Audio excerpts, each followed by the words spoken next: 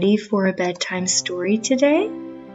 Today we're going to be reading a story titled Joseph Forgives His Brothers from Genesis 39 to 45.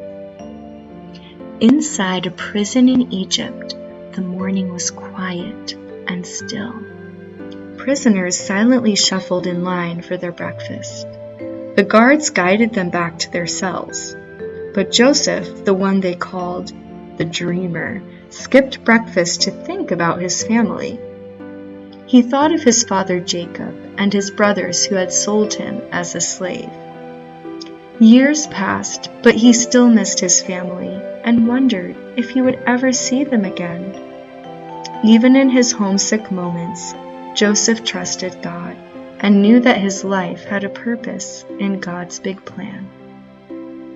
Joseph's daydreaming was interrupted by a messenger from the palace. "Pharaoh wants to see you.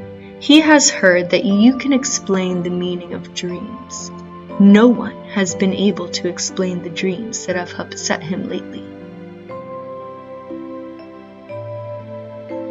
Joseph was taken to the palace. The king described his dreams of fat cows and skinny cows. "These dreams are keeping me awake," said Pharaoh. Joseph told the king, "Only God has the power to explain dreams, but I trust him to help me understand." Joseph told Pharaoh the dreams were a warning of a terrible drought.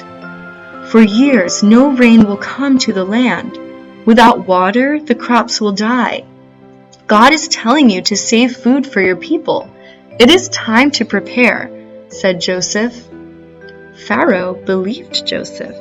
He said, "I will put you in charge of all these preparations, because I know God is with you." The people of Egypt followed Joseph's instructions, so when the drought came, they had plenty to eat. Other countries weren't prepared and ran out of food. Many people came to Egypt hungry. One day, Joseph's own brothers came asking for food. It had been such a long time since they had seen Joseph. They didn't know who he was. But Joseph recognized his brothers. Joseph made a special dinner for his brothers and gave them food to take back to their families. The brothers couldn't understand why this important man was being so kind to them. Joseph watched them and waited, trying to decide what to do. Finally, he said, "I am your brother, Joseph!" The brothers could hardly believe it. They were ashamed and afraid because of the way they had treated their little brother so long ago. Joseph hugged his brothers. "Don't be mad at yourselves for what you did to me," he said. "Even though you meant to do something bad, God used your actions to do something good." Joseph always knew God was with him. Now, his life's journey made sense. Soon the whole family gathered in Egypt. God did this good thing. Joseph and his family praised God for bringing them together again.